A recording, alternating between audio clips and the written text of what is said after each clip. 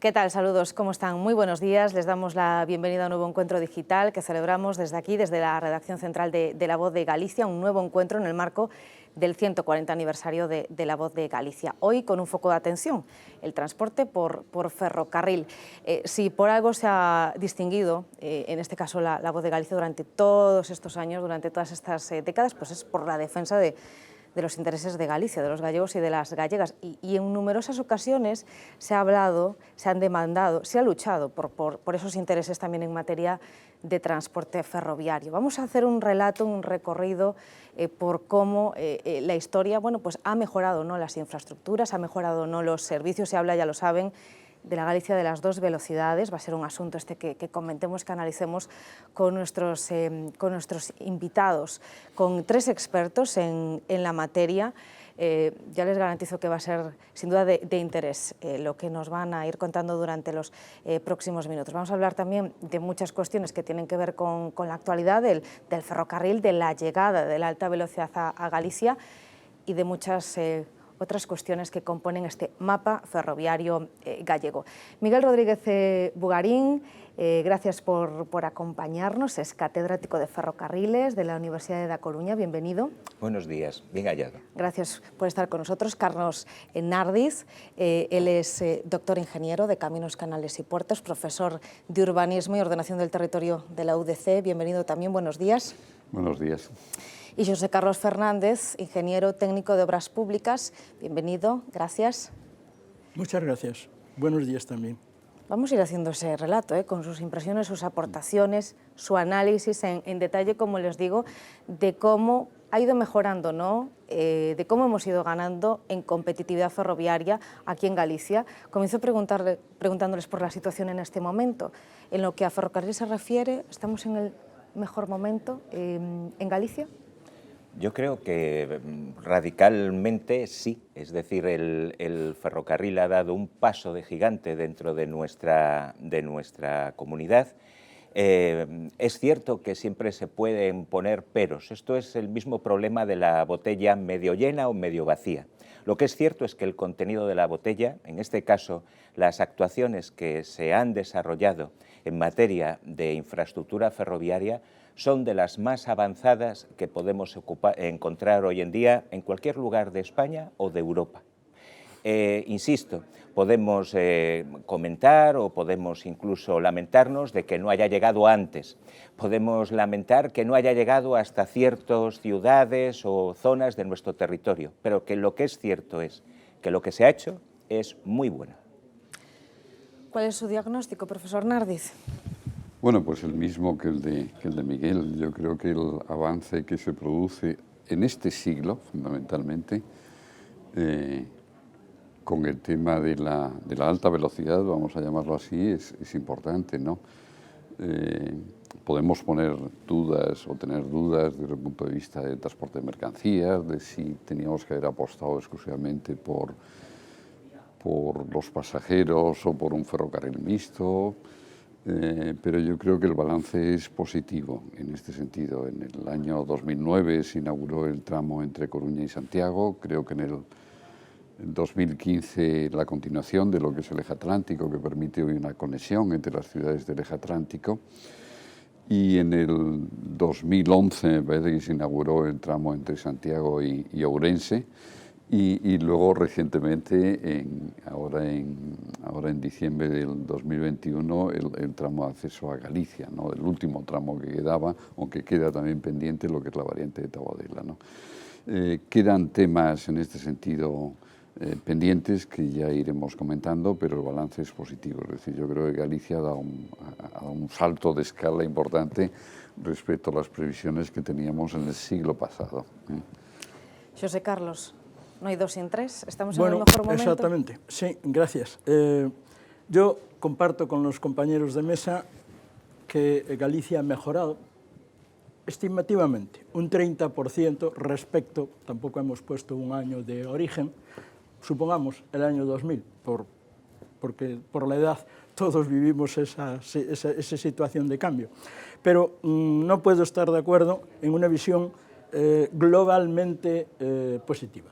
Es cierto que ha llegado la alta velocidad hasta Ourense, ni siquiera hasta Ourense, hasta Taboadela, pero el ferrocarril es mucho más que eso. O sea, no nos podemos limitar a lo que es una línea de alta velocidad, que efectivamente ya llegó a otras partes de España, en algunos sitios casi 30 años que aquí, en Sevilla, por ejemplo, pero es que el ferrocarril son las mercancías, que supongo que mis compañeros también después se referirán a ellas.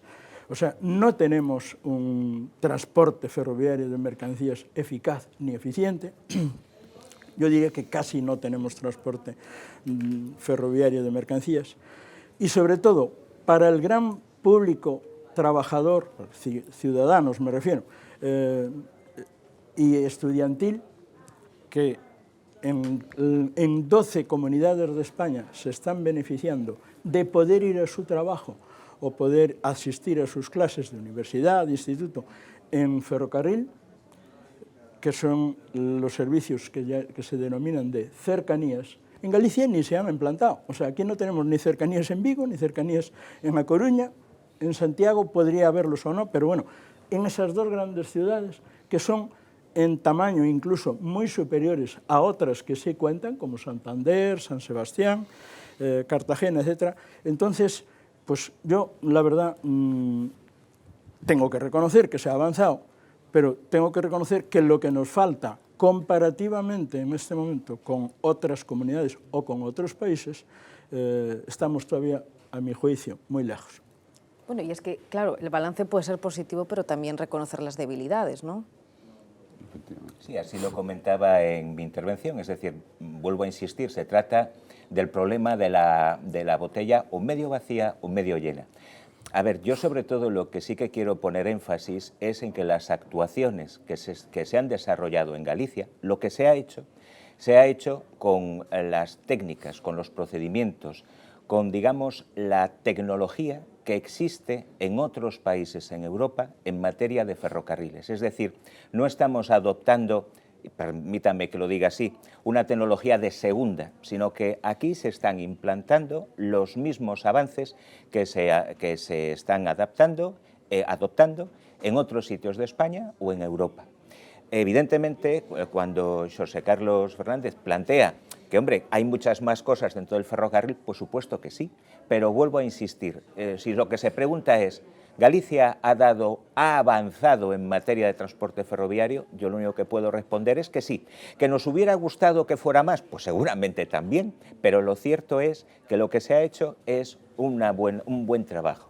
Y él, claro, citaba, por ejemplo, el año Xosé Carlos 1992, lo recordarán mucho, ¿no? Sevilla, ¿no? Esa ciudad andaluza, con la celebración de la Expo, claro, ha pasado mucho tiempo, ¿no? Si comparamos aquí, también mencionaba Carlos hace unos instantes, bueno, antes de ayer, ¿no? Ha llegado el AVE a Galicia, a Ourense ya han matizado, ¿no? A Taboadela. Sí, la decisión del Madrid-Sevilla llegando en el año 92, pues fue sobre todo haciéndose ese ferrocarril en 4 años por un paisaje que no era untuoso como es Galicia, pues fue una obra impresionante. La continuidad hacia Barcelona dio muchísimos más problemas, ¿no? E incluso Valencia también.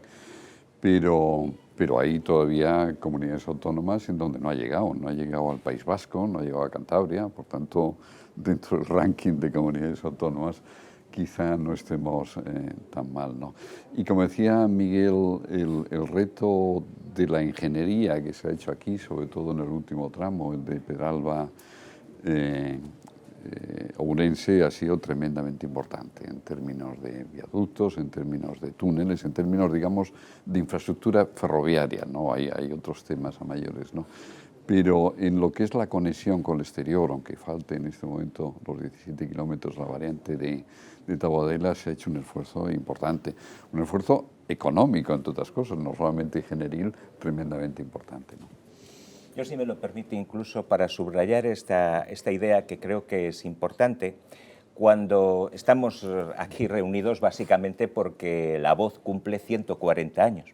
El próximo año el ferrocarril en Galicia va a cumplir 150 años. La primera línea ferroviaria que se pone en explotación, en operación en Galicia, es la que une Cornes, Santiago de Compostela, con el puerto de Carril, y se inaugura en el año 1873.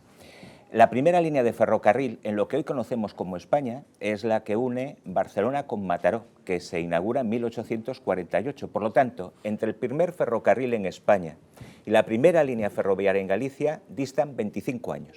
¿De acuerdo? ¿Qué ocurre con la alta velocidad? Usted lo ha dicho muy bien. En el año 1992 se inaugura la línea Madrid-Sevilla.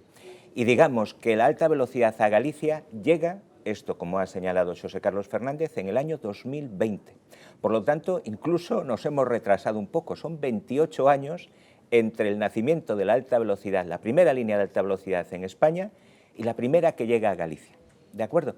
Eso, entiéndame, alguien puede decir, oiga, pero eso no es precisamente evolución, parece que eso no es avanzar. Pues posiblemente algo de razón sí que tenga. Deberíamos seguramente haber sido más ágiles. También le digo que, como bien ha señalado el profesor Nardiz, se trata de una orografía extraordinariamente complicada, tanto como puede ser un paso alpino en el pleno macizo central europeo.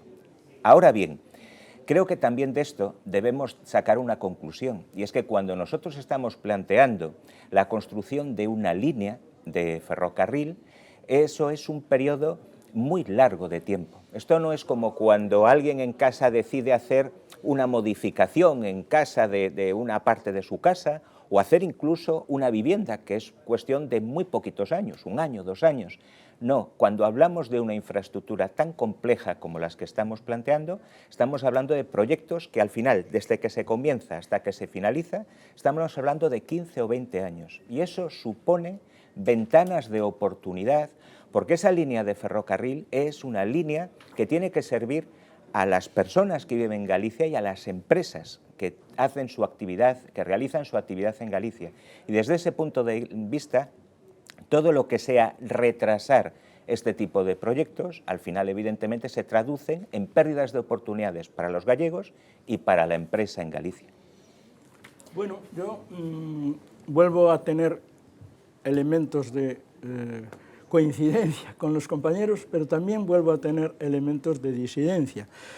Por ejemplo, ambos os dedicáis a la enseñanza.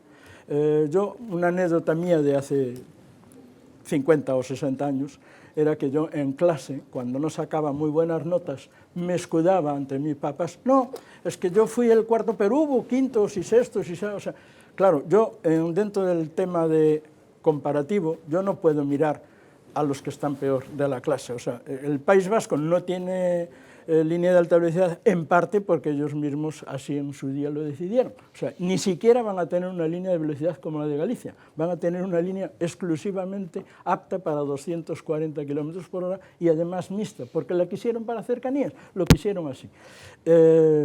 Y entonces, pues yo tengo que mirar precisamente para los mejores de la clase. O sea, ¿qué hicieron otras comunidades? ¿Qué impulso? ¿Qué, digamos, potencialidad política o sensibilidad ciudadana movieron la voluntad del gobierno para que invirtiese aquí o allá? Bueno, pues entonces yo creo que no debemos de dormirnos en los laureles. Ahí tenemos nuestra línea de alta velocidad, todavía acabándose, pero ahí está, ya la disfrutamos, yo la disfruto. Yo soy de Ourense, fíjate tú, llego 2 horas y cuarto a Madrid, nadie me va a negar eso, o sea, y yo no lo voy a negar ante nadie. Ahora, eso, o sea, yo tengo que ser ambicioso por naturaleza, lo soy de hecho, ¿no? Pero en este caso, como estoy pensando en Galicia y en su futuro, que hoy creo que el tema es hablar del futuro de Galicia, pues tenemos que reconocer lo hecho, pero sobre todo preocuparnos mucho más, es mi opinión, por lo que nos falta, por lo que ya otros han conseguido. Las cercanías existen en Madrid desde 1900, hay un libro ahora recientemente, desde 1960 o 70, ¿no? Bueno, pues es cierto que Madrid no es comparable con Vigo, pero ya hay comunidades que tienen cercanías hace 20 años, 15 años, 10 años, y nosotros ni siquiera tenemos el proyecto ni la defensa que tendría que estar haciendo la Xunta de Galicia por llevar a los pueblos la posibilidad de tener una alternativa al transporte de carretera, entre otras cosas, porque en este momento Galicia ha quedado discriminada con el beneficio que ha decidido el gobierno, de momento 4 meses, pero prorrogable para el año 2023, de darle transporte gratis a las periferias de las ciudades que tienen cercanías. Galicia no tiene cercanías, luego solo nos estamos beneficiando de unos servicios, de la gratuidad o menores precios en las líneas de media distancia. O sea, hemos quedado claramente discriminados en esta materia. Y vamos a llegar enseguida a ese asunto, pero incidiendo en la alta velocidad que ha llegado, Ourense, ese matiz, después hablaremos de ciudades que se han quedado más descolgadas de esa Galicia que decía yo en la presentación de las dos velocidades. El ancho de vía aquí en Galicia condiciona y mucho. ¿Qué propondrían? A ver, yo no propondría una solución. Yo creo que lo primero es que tenemos que tener conciencia de que tenemos un problema planteado. Y yo creo que esa es la primera cuestión. En el año 1988 se decide en España que las líneas de alta velocidad sean realizadas con ancho estándar, ancho de 1.435 milímetros. Eso cambió radicalmente la configuración ya incluso del proyecto de la propia línea de alta velocidad Madrid-Sevilla. Y originó un planteamiento, esto que a medida que ha ido aumentando la red ferroviaria de alta velocidad, pues ha encontrado sus dificultades. Las dificultades, obviamente, empiezan en el momento en que la nueva línea que se construye tiene que ser conectada con la red existente, que está realizada en ancho 1.668 milímetros. Hasta ahora, con gran dificultad, insisto, se ha podido soslayar este tema. No hablo ya del corredor mediterráneo, que lo comentaré dentro de un momento, pero, por ejemplo, cuando llega la línea de alta velocidad a Barcelona, digamos que lo que se hacen son una serie de vías que van en ancho, específicamente en ancho 1.435 milímetros, de tal manera que de alguna manera se hace un canal de entrada de la alta velocidad específico, digamos, en las grandes ciudades. Digo Barcelona o digo, por ejemplo, Zaragoza, donde en la misma estación hay vías que tienen ancho ibérico y vías que tienen ancho estándar. Aquí lo que ha sido un poco, desde mi punto de vista, una situación llamativa, ¿de acuerdo?, por cuando menos esto llamativa, es que somos la línea de alta velocidad a Galicia, es la única línea en todo el mundo que está realizada en dos anchos. Es decir, no hay ningún precedente en ningún país europeo y ni aun Japón, cuya red ferroviaria convencional es en ancho métrico, 1.067 milímetros, el ancho métrico inglés, y que tiene la red de alta velocidad en ancho 1.435, no tiene este tipo, digamos, de configuración donde la línea de alta velocidad cambia de ancho a partir de una cierta ciudad. Y eso, no digo que sea ni bueno ni malo, lo he comentado en varias ocasiones públicamente. Lo que creo es que estas cosas deben pensarse. Y llama mucho la atención, y en esto creo que vamos con mucho retraso, llama mucho la atención que una decisión que se toma en el año 1988, que desde ese año aparece recurrentemente en todos los planes de infraestructuras, llámese PDI, llámese PEI, llámese PIT, llámese como se quiera, lo cierto es que aparece que tenemos que hacer un plan para la migración del cambio de vía, del cambio de ancho de vía, o para saber qué vamos a hacer con el cambio de ancho de vía. Pues bien, 1988 y estamos en el año 2022 y ese plan aún no existe, ¿de acuerdo? Y a mí eso me genera mucha intranquilidad, porque creo que lo que escribimos en un papel, con argumentos y con razones, en debate entre técnicos, se puede modificar. Pero una vez que las cosas pasan del papel a la realidad, todo lo que las limitaciones, los inconvenientes, los problemas, entonces los sufren nuestros ciudadanos. Y lo sufren, vuelvo a insistir, nuestras empresas. Entonces, yo lo que creo es que tenemos que ponernos de acuerdo en qué va a ocurrir con el ancho de vía en España. Por este lado, Bueno, claro, sí, son desventajas, ¿no? Y lo ha explicado perfectamente Bugari. Sí, para eso nuestras empresas deben apostar por el ferrocarril, puesto que la proporción en estos momentos del transporte ferroviario de mercancías en Galicia es mínima, no sé si es un 2%. Por tanto, aquí hay un problema gordo en este sentido que tiene que ver con si se está o no apostando por el ferrocarril desde el punto de vista del transporte de mercancías. El ancho de vía, desde luego, es una incertidumbre que viene de la propuesta ya de mediados del 19 con un ancho ibérico, que es el que acaba de escribir ahora Miguel, ¿no? En este momento tenemos una nueva línea de alta velocidad que llega desde Zamora a Taboadela con ancho estándar, con ancho internacional. A partir de Taboadela, por tanto aprovechando también el acceso a Ourense, el ancho es el ancho del 19, digamos, es el ancho ibérico. Con lo cual hay un proceso progresivo que se ha ido viviendo con la línea actual a medida que se han ido construyendo los nuevos tramos, en donde el intercambiador del ancho ha estado situado en distintos sitios. Primero estaba en Olmedo, luego estaba en otros sitios distintos, luego en Zamora y recientemente está en Taboadela. ¿Cuál sería un escenario futuro lógico desde mi punto de vista en estos momentos, ¿no? El problema del eje atlántico es que tiene que conectarse con los puertos y que tiene que conectarse sobre todo con la apuesta que va a hacer en el futuro Portugal por la alta velocidad. Entonces, yo tengo duda de que el eje atlántico tenga que ser con ancho internacional. Pongamos que va a ser con un ancho nacional. El segundo aspecto es que aquí hemos apostado por un ferrocarril fundamentalmente de pasajeros, a diferencia, por ejemplo, de lo que ocurre en Alemania y en otros países, en Francia en gran parte también con pasajeros, ¿no? Por tanto, no hemos apostado, como el País Vasco, por un ferrocarril mixto que, además de pasajeros, transporte mercancías, ¿no?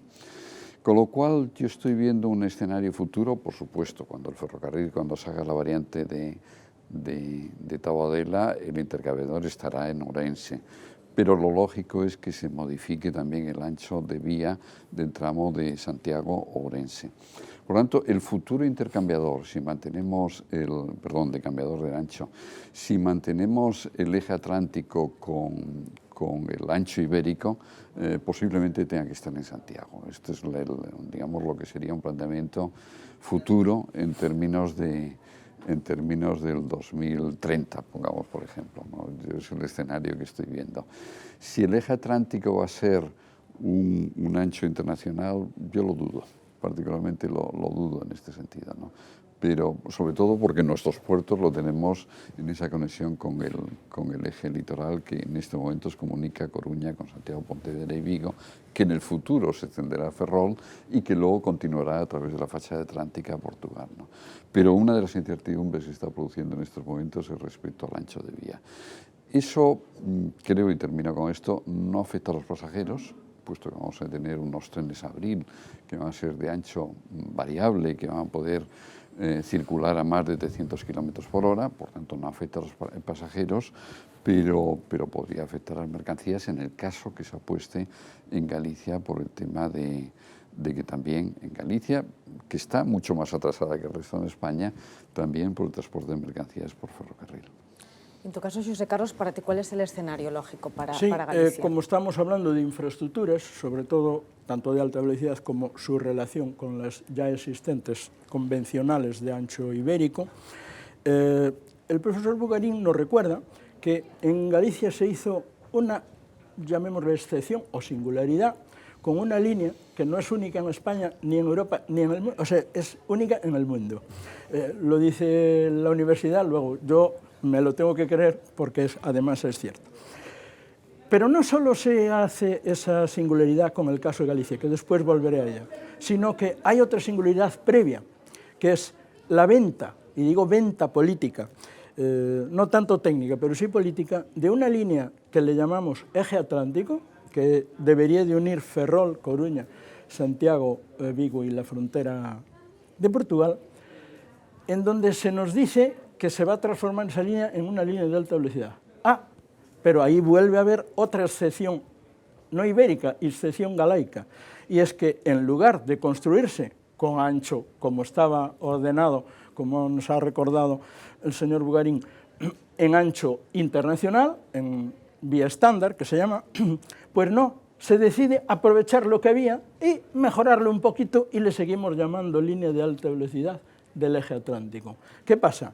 Ahora, ni es de alta velocidad, porque no nos permite ofrecer unos servicios con unos tiempos competitivos, ni, como nos dice también Carlos Nardiz, no estamos teniendo una solución perfecta para dar servicio a los puertos que deben de extraer las mercancías o traerlas ¿Por qué? Pues porque hay una convivencia de dos tráficos que nunca deberían de consistir. O sea, la ley además, o la normativa europea, dice que por la línea de alta velocidad no van a circular simultáneamente trenes de mercancías. Entonces, como vemos, en Galicia ha habido dos excepciones a la normativa propia española y en general diríamos a la que impera en el mundo de la alta velocidad. Hay que preguntarse por qué. Y aquí es donde vuelvo a nuestra línea de alta velocidad, que oficialmente arranca en Olmedo, pero que procede ya de Madrid, de la línea de Madrid, y que debería de llegar a Santiago. Así están los proyectos y así se hicieron las licitaciones. Los tramos de alta velocidad, infraestructura, e incluso las licitaciones de electrificación y sistemas de telecomunicación, todas fueron pensadas para ancho internacional hasta Santiago. Incluso hay planos que incluyen los cambiadores de ancho en Santiago. Y no se hizo. O sea, en Orense se decidió dejar esa línea. ¿Por qué? Por las prisas. Porque había que inaugurar tramos de alta velocidad en época del ministro A, del ministro B, del ministro C. O sea, Galicia se está perjudicando desde hace bastante tiempo por toma de decisiones más políticas que técnicas, porque los técnicos no hubiesen hecho estas, le tengo que llamar así, barrabasadas en cuanto a la configuración de una red. Nos acaban de hablar de una red de Japón, conocemos una red europea, en este momento hasta conocemos una red china, que es la que en este momento está marcando la pauta, y no se dan estas circunstancias excepcionales que se dan en Galicia. Luego, está claro, hay que repensar nuestra red y yo la primera propuesta que hago, además, lógicamente, de cambiar el ancho entre Ourense y Santiago, que así fue construida la infraestructura, la plataforma, pues hay otra cosa que está llamando al cielo, y es la línea de Coruña, Santiago, Vigo, llamada Eje Atlántico. Hay que reconstruirla en el sentido de que hay que diferenciar la parte de alta velocidad, que normalmente nos va a beneficiar a los viajeros para los servicios rápidos, de la parte convencional, que además de dar ese servicio que necesitan los puertos para sus trenes de mercancías, estaría ofreciendo en este momento servicios de cercanías, tanto alrededor de Vigo, alrededor de Santiago, alrededor de Coruña, que nos hemos quedado sin ellos. Profesor Bucarín. Yo quería matizar, si me lo permite el señor Fernández, esto si me disculpa, dos cuestiones. La primera es un poco el eje atlántico ferroviario, que yo coincido también con él, y vamos, lo que estamos hablando es lo que siempre se ha dicho en Galicia. El eje atlántico ferroviario empieza en Ferrol y finaliza en la frontera con Portugal, ¿de acuerdo? Ahora, sí que ya no estoy tan de acuerdo en el tema que habla de normativa, etcétera. Vamos a ver, cuando la alta velocidad empieza en Europa, ¿de acuerdo?, que es básicamente años 80, digamos que hay como dos grandes modelos. Hay el modelo francés, que son líneas de viajeros, para tráfico exclusivo de viajeros, son los trenes TGV, que alcanzan 300 kilómetros por hora, y hay el modelo alemán. El modelo alemán es un modelo muy curioso porque en aquel momento Alemania, fíjese si ya hace años, Alemania estaba dividida en dos. Estaba la República Federal y la República Democrática Alemana. Y lo que había ocurrido es que después de la guerra, al dividir el país, esa red, que normalmente, como todas las redes, son redes con centro, la capital del Estado, en este caso Berlín, pues había quedado cortada. Eso a la República Federal le origina problemas desde el punto de vista de explotación ferroviaria de mercancías, y lo que buscan es hacer nuevos tramos de vía férrea que de alguna manera permitan volver a recuperar la conectividad dentro de la red. Eso lo que hacen es que los primeros tramos de líneas de alta velocidad en Alemania son, primero, de tráfico mixto, porque ellos la quieren efectivamente para viajeros, pero las necesitan para la circulación de mercancías. Y cuando los alemanes se plantean hacer una línea en los años 80, 82, 84, están planteando, por supuesto, hacer una línea, digamos, con criterios modernos, es decir, velocidades del entorno de 220, 240, 250 kilómetros por hora, no más, no más. Con respecto a las mercancías, he de decirle que, en general, la gran mayoría del tráfico ferroviario que tiene lugar sobre esas líneas en Alemania se hace nocturno. Por lo tanto, no hay interferencia con los trenes de viajeros. Si hay interferencia con los trenes de viajeros, porque son trenes diurnos de mercancías, entonces lo que hay habilitado son unos puntos que aquí en España se denominan como PAETs, puntos de adelanto y encuentro de trenes. ¿Para qué? Para que el tren de mercancías se aparte y pueda pasar el tren de viajeros a 250, 260 kilómetros por hora. Y sí, cuando resulta que no hay cerca un punto para realizar el adelantamiento del tren de viajeros al tren de mercancías, entonces, curiosamente, se le pide al tren de alta velocidad que reduzca su velocidad en el adelantamiento. ¿Por qué? O en el cruce.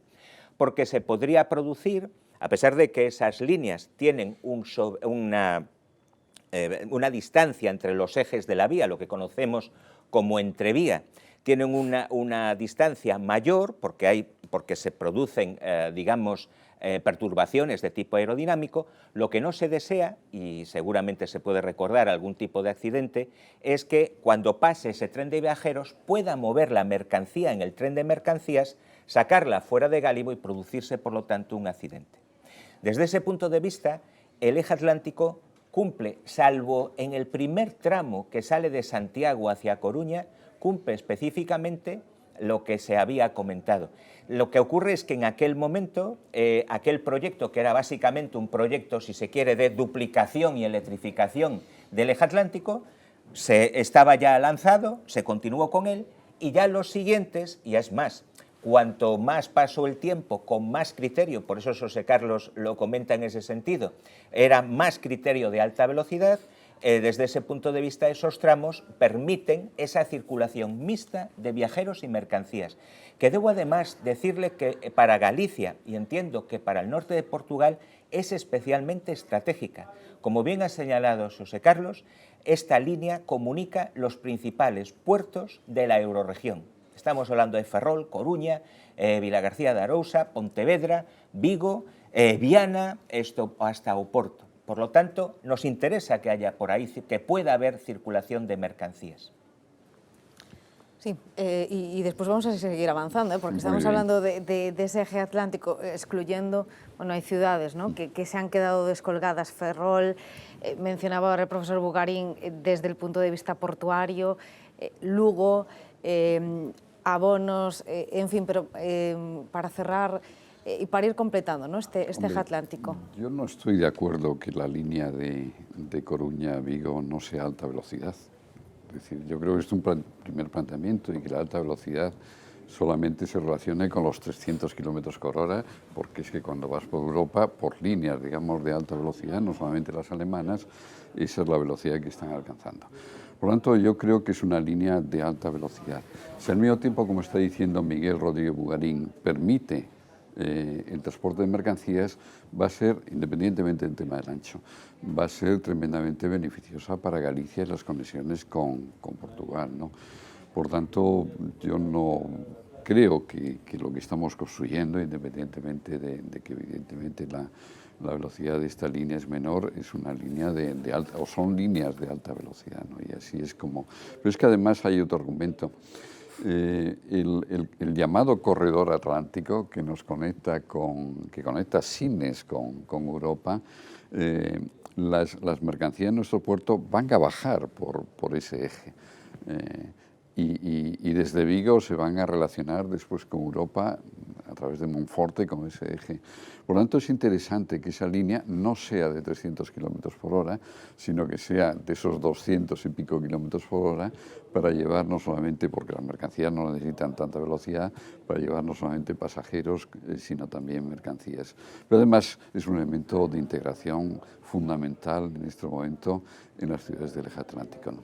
José Carlos. Bueno, yo, como aquí lo que estamos hablando es de futuro del ferrocarril, no me quiero quedar en justificar lo que tenemos, y tengo que volver a la carga. Primero, una matización también, pero vamos, que es en el sentido positivo. En Alemania hay líneas de alta velocidad de 200 kilómetros por hora y aprovecharon la red que tenía, pero también tengo que recordarle, que él mismo dijo, que la orografía española, y en este caso concreto la Galicia, no se parece en nada a la Alemania. En Alemania ya las líneas permitían ir a 160, a 180 y a 200 kilómetros por hora, entonces pues no tenía mucho sentido hacer unas líneas para que los trenes corrieran un poco más, y se aprovechó la red que había, y también se construyeron del orden, de momento, porque siguen en construcción, unos 2.000 o 3.000 kilómetros que se han ido adicionando a la red que tenían. Pero además, yo tengo que decir, una línea, según la normativa, no puede, si es de alta velocidad, si tiene el nombre de alta velocidad, no es compatible las circulaciones de mercancías y de viajeros. Pero además, tengo que decir otra cosa, como es el futuro, pues aquí lo que debemos de aspirar es a que no seamos la excepción en España de que una línea nueva de alta velocidad se aprovecha la antigua. Ahí somos una nueva excepción, una única excepción. Todas las líneas de alta velocidad que se construyeron en España han mantenido en paralelo la antigua. De hecho, hoy en día, las mercancías de Madrid a Barcelona, de Madrid a Valencia, de Madrid a Andalucía, van por las líneas antiguas, con lo cual no hay el menor conflicto de convivencia de tráficos.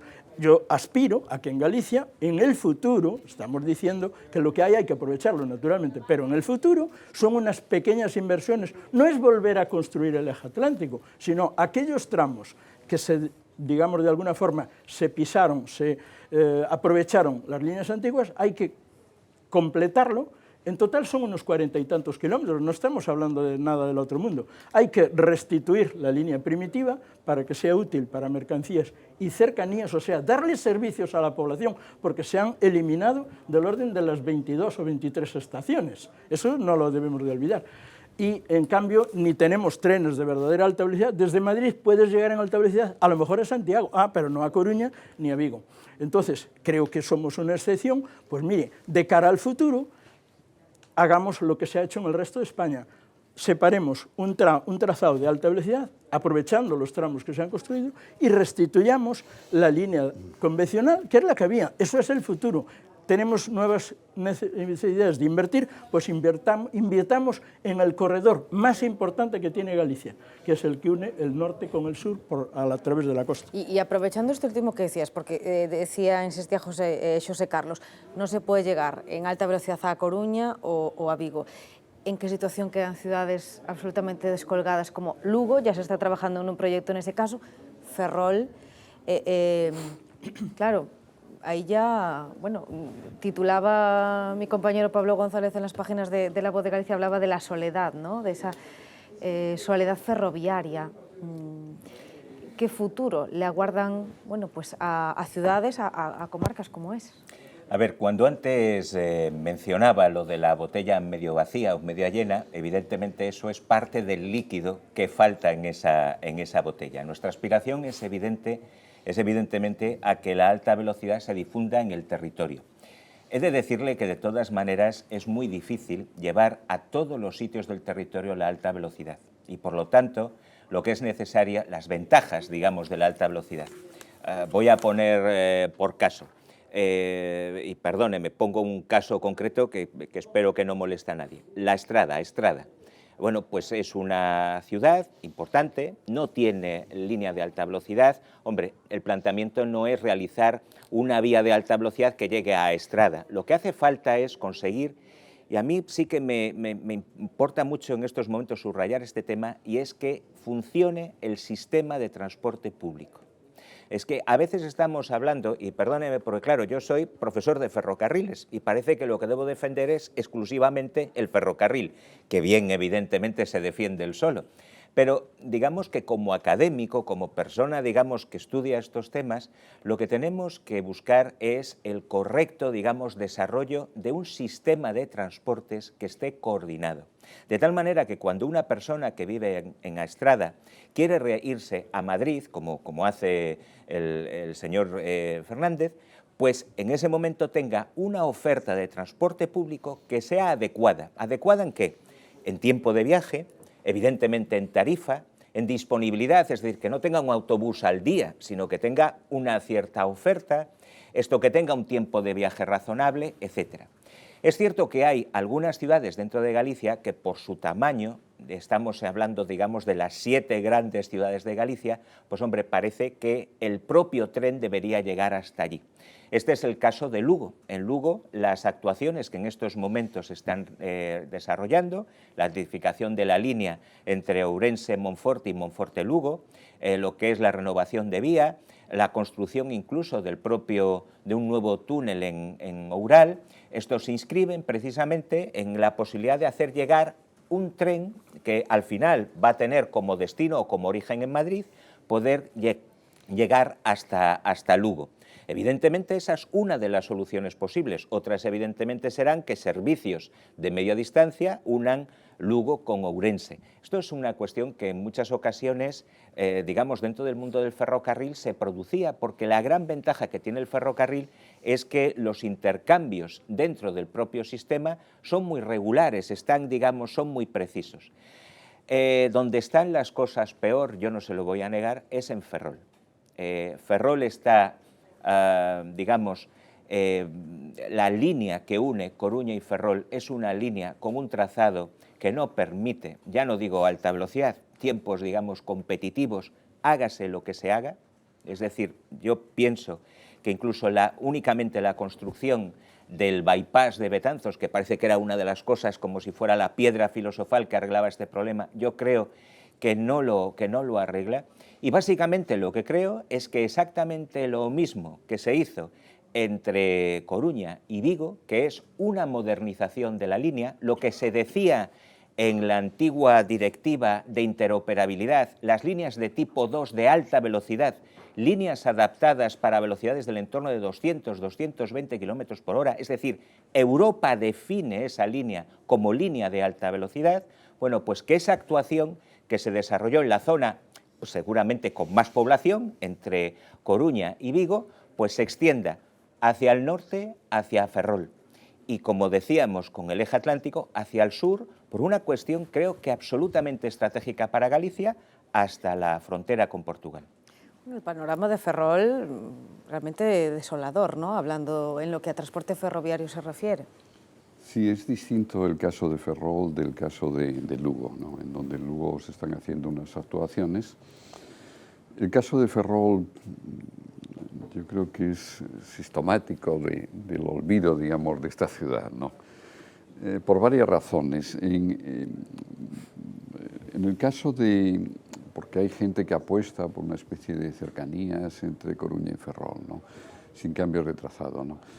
Pero eso sabemos que no es competitivo independientemente del bypass que se haga en Betanzos. De hecho, la propia Consellería de Infraestructuras en su momento hizo un estudio en el 2017 con el bypass y alguna modificación, pero muchos pensamos que no es la solución. Yo estoy más en la línea de Miguel, en el sentido de que Ferrol no es solamente la ciudad, sino que es el área metropolitana y lo que hay arriba, ¿no? Por tanto, si juntas, digamos, todos los habitantes, casi la tercera ciudad de Galicia, ¿no? Por tanto, hay que integrarla en el eje atlántico a mayores de su puerto, ¿no? Y el propio Ministerio en el año 2003 apostó por un nuevo trazado. Había un nuevo trazado entre Uses y Betanzos que liberaba de alguna manera lo que es el ferrocarril actual por la Ría del Burgo. Esto planteó un debate por el paso de la nueva línea con rechazo en algunos casos de algunos ayuntamientos. El propio Ministerio en el año 2008 planteó dos alternativas distintas, una norte y una sur, una sur y otra central. Yo las estudié en su momento, eran alternativas más costosas, pero la Administración apostó por un nuevo trazado, incluso por el trazado entre Betanzos y Ferrol, ¿no? Yo creo que ese es el futuro, es decir, no hay futuro para el ferrocarril que venga desde Ferrol hasta La Coruña, sino es a través de cambios retrasados drásticos, equivalentes también a los del eje atlántico. Por varias razones también. Una de ellas es la liberación de la vía actual que va entre Coruña y Betanzos, por el borde de la Ría del Burgo. Esto permitiría unas oportunidades desde el punto de vista del transporte de cercanías también, posiblemente no explotadas por Renfe, tremendamente interesantes para todo ese eje. Porque si queremos, digamos, conectar ese borde con el resto de la ría, pues no sería adecuado, ¿no? Por lo tanto, yo sí creo que, como está diciendo Miguel en este momento, la futura conexión con Ferrol, aunque se haga en distintas fases, lo lógico es hacer una primera fase entre Uses y Betanzos, y luego el otro tramo, más o menos como se hizo con las autopistas del Atlántico en distintas fases. Pero yo creo que sí, Ferrol tiene todo el derecho del mundo. Estrada no es una ciudad, es decir, Ferrol sí es una ciudad. Por tanto, tiene todo el derecho del mundo a estar conectada con la alta velocidad. Bueno, una solución que además no solo daría servicio a esa ciudad que lo necesita y que ha demostrado que tiene esa demanda, ese flujo de movimiento, por ejemplo, entre la Urbe Naval y A Coruña. También salvaría un poco, ¿no?, lo que decía Xosé Carlos, de dotar a Galicia de ese cercanías, ¿no?, que demandabas también hace unos instantes. Para ese caso de las ciudades descolgadas, como puede ser Ferrol, ¿tú qué solución plantearías? Nos estamos centrando, tanto en el caso de Lugo como en el caso de Ferrol, de una comparación con el resto de ciudades que han llegado o que están teniendo la llegada de la alta velocidad. O sea, no estamos analizando otro tipo de tráficos, porque si hablamos de Lugo, Lugo no solo necesita ir a Madrid, Lugo tiene tren para venir a Coruña, y no estamos planteándolo. Yo pienso que Lugo ha quedado aislada, como dice el compañero, lógicamente, el compañero, con todo respeto y cariño, Lugo ha quedado aislada, pero va a seguir quedando igualmente aislada, pese a los 350 millones que está invirtiendo en este momento el Ministerio en mejorar la línea actual, pero solo, ojo, mejorando lo que es la vía, añadiendo electrificación, o sea, haciendo un tipo de obras, pero sin modificar para nada el trazado. Con lo cual, ¿qué pasa? Los ingenieros de ferrocarriles lo saben bien, la velocidad de los trenes depende del trazado que tengan, de las radios de curvatura, fundamentalmente. En este caso, bueno, de la longitud de la propia línea, lógicamente, pues si va dando vueltas alrededor del monte, pues se alarga el recorrido, pero sobre todo de las curvas. En este caso, se ha prescindido, en esta mejora que está vendiendo el Ministerio a Lugo, se ha prescindido de lo que realmente enriquecía esa línea, porque reducía el recorrido del orden de los 15 kilómetros y permitía unas velocidades, pues digamos, del orden de los 200 kilómetros. Tampoco se necesita ir a 300, lógicamente, ¿no? Pero ¿qué pasa? Se han eliminado la variante de Peares, que eran un túnel más o menos de 7 kilómetros, y la variante de Rubián, que permitía incluso salvar el propio túnel actual de Ural y una serie de zonas, bueno, muy complicadas por la orografía de allí. Y entonces simplemente se están dedicando, y eso es bueno. ¿Por qué? Porque sabemos que gran parte de las averías que tenemos aquí en nuestro país se producen pues, por el mal estado de los taludes, por la lluvia, porque se descalzó la vía, porque hay pasos a nivel insuficientemente. Bien, están invirtiendo en poner la línea en condiciones de operatividad y seguridad. ¿Eso es necesario? Pues sí, pero eso es lo que no se ha hecho en estos 40 o 50 últimos años. O sea, se está poniendo la vía como tenía que estar primitivamente. Por tanto, hay una mejora para Lugo, sí, pero muy relativa. Y Lugo sigue, sin ni siquiera hablarse de ello, de la mejora de la línea de Lugo con Coruña. Lugo, lógicamente, que está, por tren son 115 kilómetros. Por carretera son del orden de los 98. Bien, pero podía haber servicios rápidos de Lugo a Coruña sin parar en 14 estaciones, porque el problema es que cuando te dan servicio, después los trenes tampoco están pensados para que la gente viaje ni por las horas ni por la estructura del servicio. Entonces, Lugo queda aislado, pero no solo de la alta velocidad, sino queda aislado de otras ciudades que están unidas a Lugo por ferrocarril. El caso de Ferrol, pues tengo que repetir y confirmar lo que dicen mis otros dos contertulios, digamos, y es que no se ha pensado, o sea, sí se hicieron unos estudios informativos, pero que por las razones, en un caso político, en casos técnicas, ahí quedaron hibernados y no se está haciendo nada. Prácticamente es un estudio de un bypass pequeño, porque había varias posibilidades de bypass, y se optó por el más barato, o sea, hay que ser así. Por tanto, le van a sacar 5 o 7 minutos de recorrido, en un recorrido de 1 hora y cuarto que le saques 5 o 7 minutos, estás en el mismo tiempo, no has mejorado la oferta. Entonces, se requiere una mejora integral de esa línea con rectificaciones y variantes que reduzcan. Hoy en día son 64 kilómetros por tren, frente a la autopista, autovía, que son 48 o 50. Entonces ya tenemos un hándicap de distancia. Pero además, la línea entre Betanzos y Ferrol, que se inauguró en 1912, fue construida por el Estado para dar servicio a su astillero, a unas instalaciones marítimo-militares, y entonces pues hicieron lo más barato que pusieron. Hay las mismas pendientes en algunos tramos de la línea de Coruña a Ferrol que en Pajares.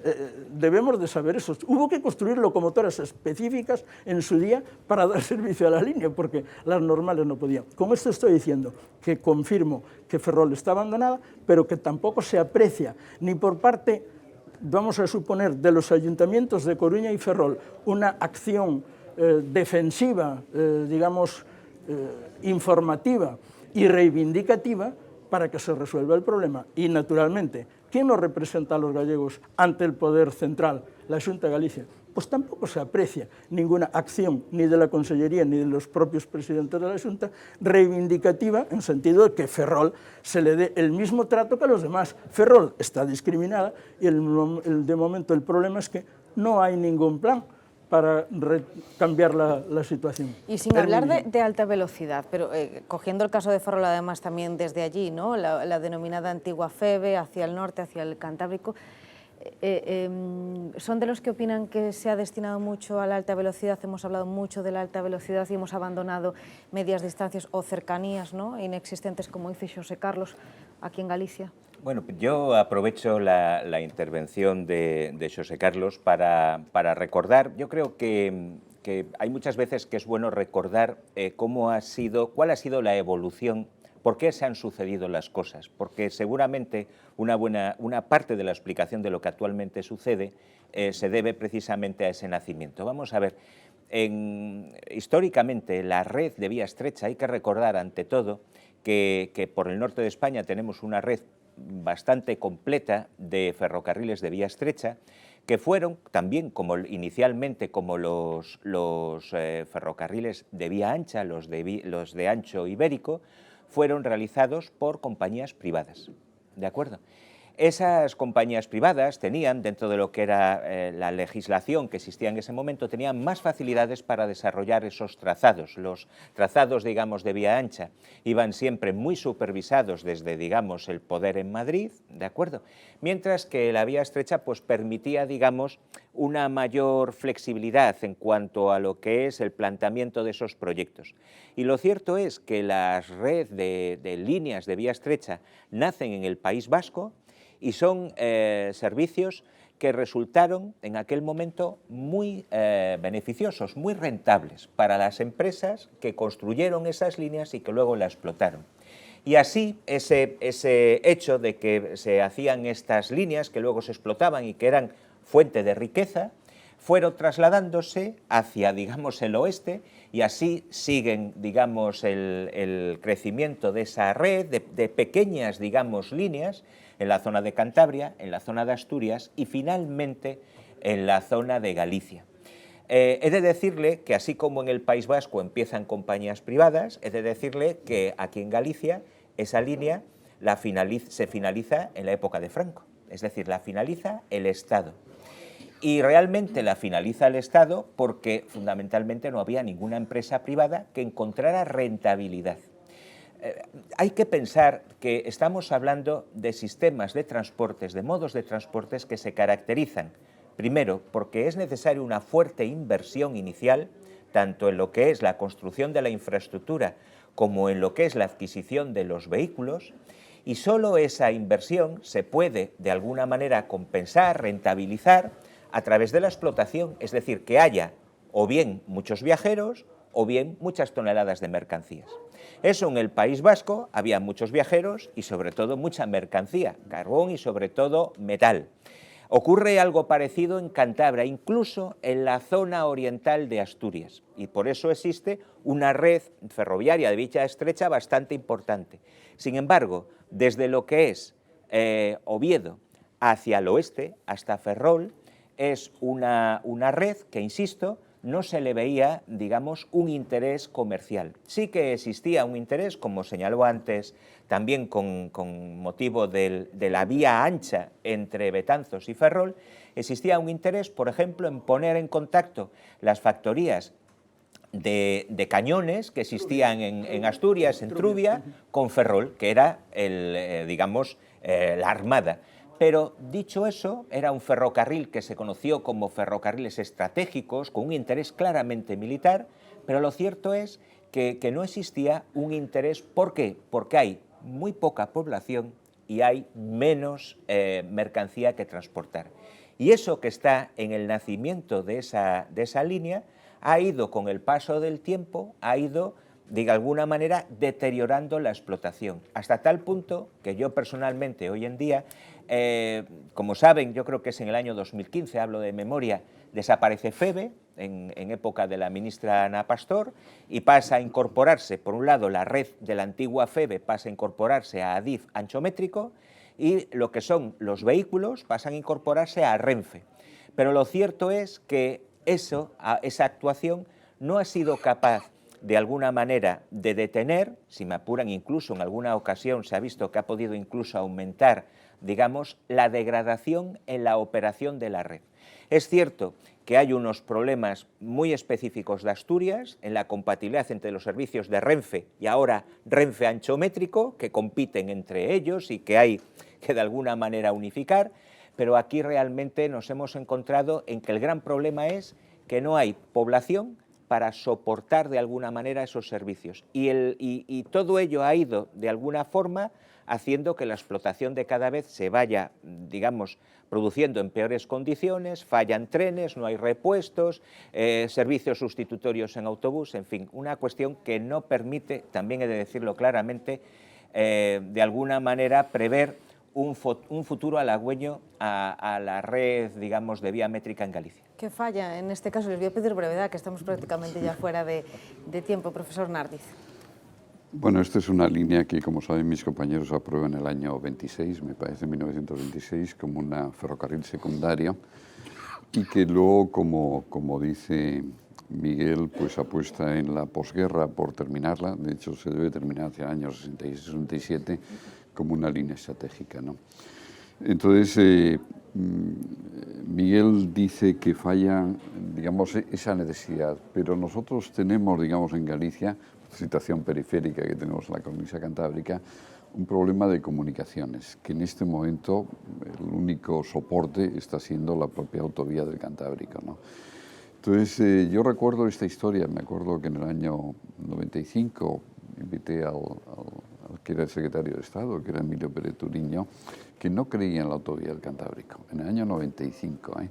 Por lo tanto, que este ferrocarril, de hecho en el Plan Galicia, en el llamado Plan Galicia, se apuesta por mejorar esta línea con unas características distintas, ¿no?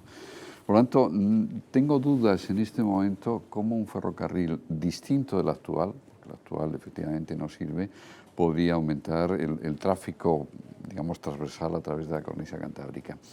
Y luego es un ferrocarril que en Asturias y en Cantabria tiene un papel muy importante en este momento en las cercanías, por lo tanto son vehículos pequeños, en Asturias también, en el País Vasco también.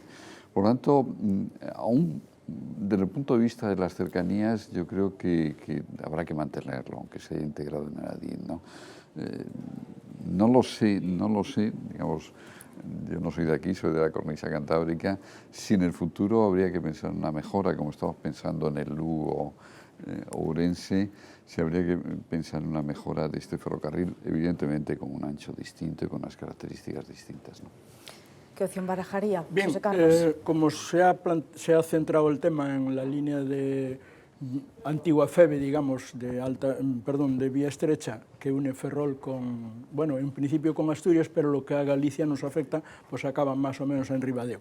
Bien, tengo que coincidir con ellos, no hay masa crítica, digamos, para hacer una gran transformación de la línea, y lo que sí también nos tiene que iluminar es que tenemos una infraestructura que tampoco debemos de perder. Entonces lo que hay es que buscar cuál sería en este momento, porque estamos hablando del ferrocarril en el futuro, en Galicia, pues yo tengo una propuesta concreta para esa línea.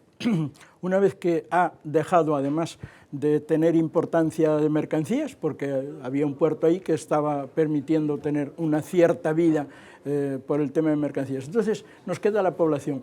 Aunque hay poca población, hay zonas, como puede ser Vivero, Burela, Foz, hacia Ribadeo sobre todo, que sí tienen una gran masa crítica.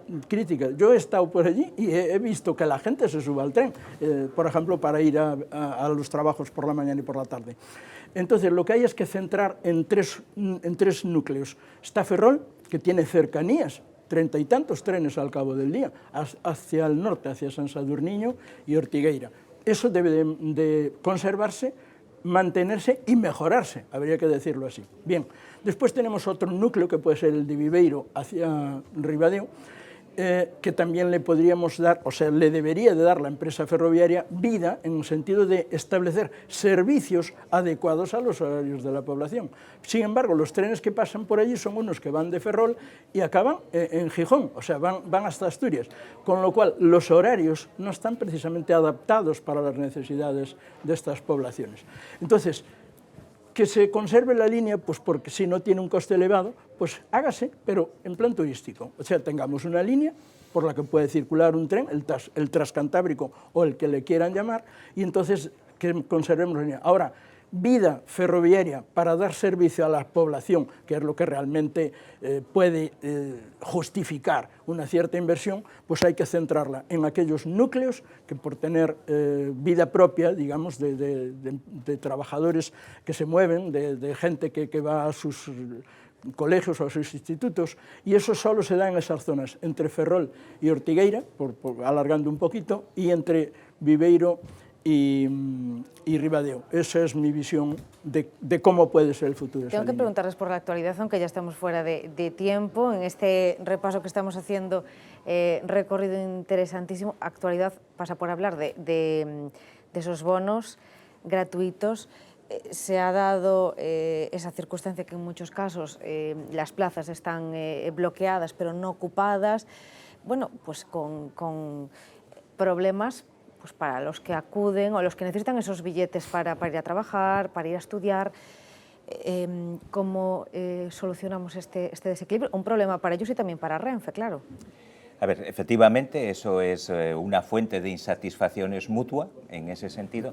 A ver, yo, si me apura, voy un poco por elevación y vuelvo a insistir en lo que he comentado antes. Desde un punto de vista estrictamente académico, a ver, ha habido experiencias, una de las más conocidas es Tallinn, en la ciudad de Tallinn, ha existido otras experiencias incluso a nivel de Roma.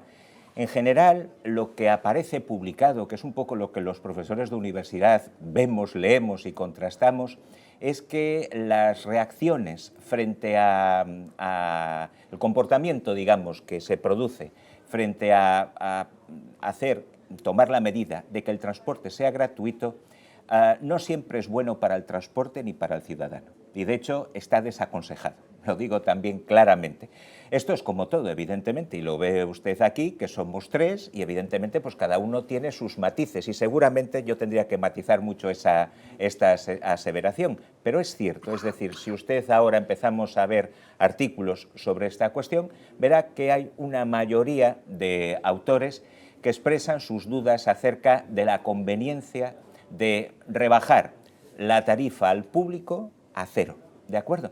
Otra cosa es que usted, que evidentemente existe una tarifa técnica que es el coste de ese servicio más el beneficio razonable que debe tener la empresa que presta el servicio, pues claro, usted no lo puede, presentar directamente al ciudadano y en condiciones normales, para que se haga una idea, la media en Europa es que cuando nosotros nos subimos a un tren, a un autobús, en servicios, digamos, de transporte público, no comerciales, es decir, estos sistemas donde básicamente lo que tratamos es de fomentar el uso del transporte público para mejorar la vida en el entorno de las ciudades, pues estamos hablando de tarifas que están al público del orden de la mitad de lo que son los costes reales, ¿de acuerdo?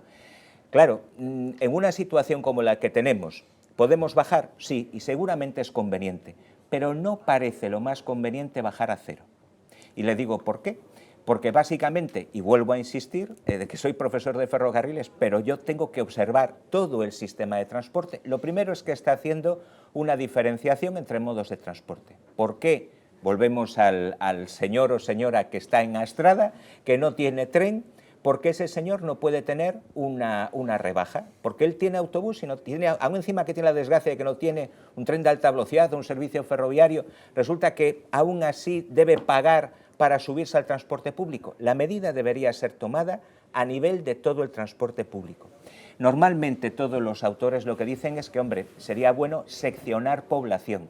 Usted puede decir, gratis todos los alumnos, todos los estudiantes, gratis las personas de la tercera edad. Gratis todo lo que hace también es deteriorar el propio transporte, por lo que ve, porque hay mal uso por parte de la ciudadanía, de algunas personas, porque hay una saturación muchas veces, sobre todo en las horas punto del propio sistema de transporte, porque no se ha ido gradualmente, ¿de acuerdo? Y de repente todos vamos al tren de las 3 porque es el que me viene bien a la salida del trabajo. Y va gente que antes no viajaba en el tren. Si usted hace una medida progresiva, va a ir aumentando la demanda y desde ese punto de vista usted puede aumentar el número de trenes que presenta en la oferta. En definitiva, creo que la medida plantea muchos peros ya desde su inicio. Por este lado, profesor Nardiz, ¿qué le plantea esta medida? Bueno, y teniendo en cuenta cómo se han ido sucediendo los acontecimientos. Bueno, yo creo que es una medida coyuntural, por la coyuntura económica que en estos momentos se está produciendo, para no repercutir, digamos, el coste, digamos, de la inflación, menos desde el punto de vista del transporte público, que decía antes José Carlos que se va a prolongar al 2023, pero está claro que en el futuro tendrá que ser selectiva. Habrá que cobrar, digamos, por el uso del ferrocarril, pero habrá capas de población en donde lo que haya que cobrar pues sea mucho menor, ¿no? Si es una medida positiva, en el sentido, la propia Voz de Galicia está publicando que se están llenando los trenes, independientemente de esas reservas de plazas y esos problemas. Por tanto, lo que estamos viendo es casi un trasvase de tráficos que anteriormente iban en autobús, que en este momento están yendo en ferrocarril, ¿no? Y está generando casi algo que yo creo que el anterior presidente de la Xunta de Galicia decía que traería la alta velocidad como una integración del sistema urbano, puesto que la gratuidad se está produciendo también a través de las ciudades medias, porque permite, de alguna manera, que alguien que vive en Orense, creo que es tu caso, ¿no?, pueda trabajar o pueda estudiar prácticamente en Santiago. Por tanto, con ese ferrocarril, con ese transporte público que está defendiendo Miguel, los temas de distancia ya no son tan importantes, pero para determinadas capas de población, en este sentido, que lo cogen diariamente, por lo tanto yo lo veo como una medida positiva, pero que en el futuro no puede ser gratis, sino que habrá que establecer un precio intermedio que no cubra los costes, puesto que hemos apostado excesivamente por la carretera y menos por el ferrocarril, en los últimos años se ha apostado por el ferrocarril, pero que sí, de alguna manera, interiorice en la mente de los habitantes de Galicia de que el ferrocarril, con la mejora de las estaciones, esto no hemos hablado, pero yo creo que la apuesta que se está haciendo entre el Estado y el ADIZ y la Administración Autonómica por colocar las estaciones de autobuses al lado de las estaciones de ferrocarril es una apuesta importante desde el punto de vista de la intermodalidad. Por lo tanto, en esa intermodalidad tiene que jugar el ferrocarril un papel muy distinto al que está jugando hasta ahora, aunque ahora se está modificando en el futuro de Galicia, ¿no? José Carlos.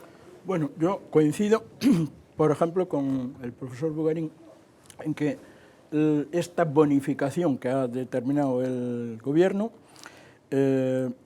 no debe quedar en esa situación de coste cero, porque hay bastantes razones, algunas ya dadas aquí, que hacen que a la larga no es beneficioso. Curiosamente, parece que sí, pero no, curiosamente. Primero, porque fue improvisada y no se consultó con el operador, con quien tiene que dar el servicio, si tenía los medios y el personal adecuado para seguir prestando un servicio de calidad.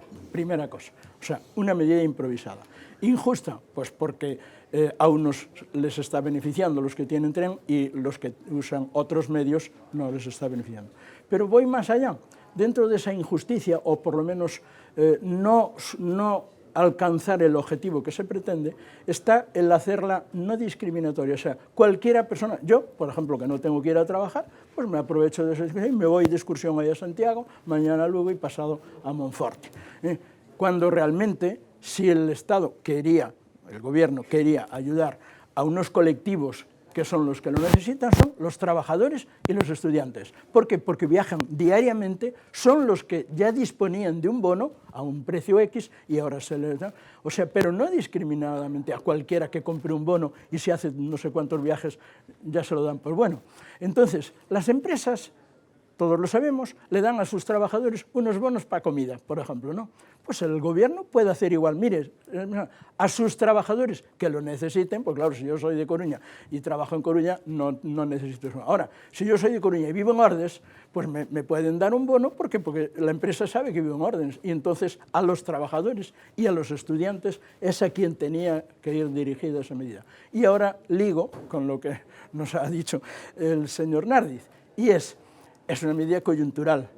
Él no se atreve, yo sí me atrevo, es una medida coyunturalmente política, porque el año que viene hay elecciones municipales y autonómicas y a posterior estatales. Entonces, estas medidas hay que aplicarlas, pensarlas y, digamos, llevarlas a buen término con sentido común, con racionalidad, con futuro y, desde luego, al margen de intereses más o menos espurios, que podríamos decir, ¿no? Bueno, nos quedan muchísimos asuntos en el tintero, pero el tiempo lo hemos consumido con el análisis. Agradeceros a los tres que nos hayáis acompañado en este encuentro en el que hemos repasado muchos hitos, la llegada de la alta velocidad, las mejoras, hemos también comentado los desafíos que tiene el transporte ferroviario aquí en Galicia, un encuentro que hemos hecho coincidir con el 140 aniversario de esta casa, La Voz de Galicia. Así que gracias a los tres por vuestras aportaciones. José Carlos Fernández, ingeniero técnico de Obras Públicas, gracias José Carlos. Carlos Nardiz, gracias también, profesor de Urbanismo y de Ordenación Territorial de la Universidad da Coruña y doctor ingeniero de Caminos, Canales y Puertos, gracias. Y gracias también a Miguel Rodríguez de Bugarín, catedrático de Ferrocarriles de la Universidad de La Coruña. Gracias. A vosotros. A los tres, gracias por habernos acompañado y a ustedes, como siempre, gracias también por su atención.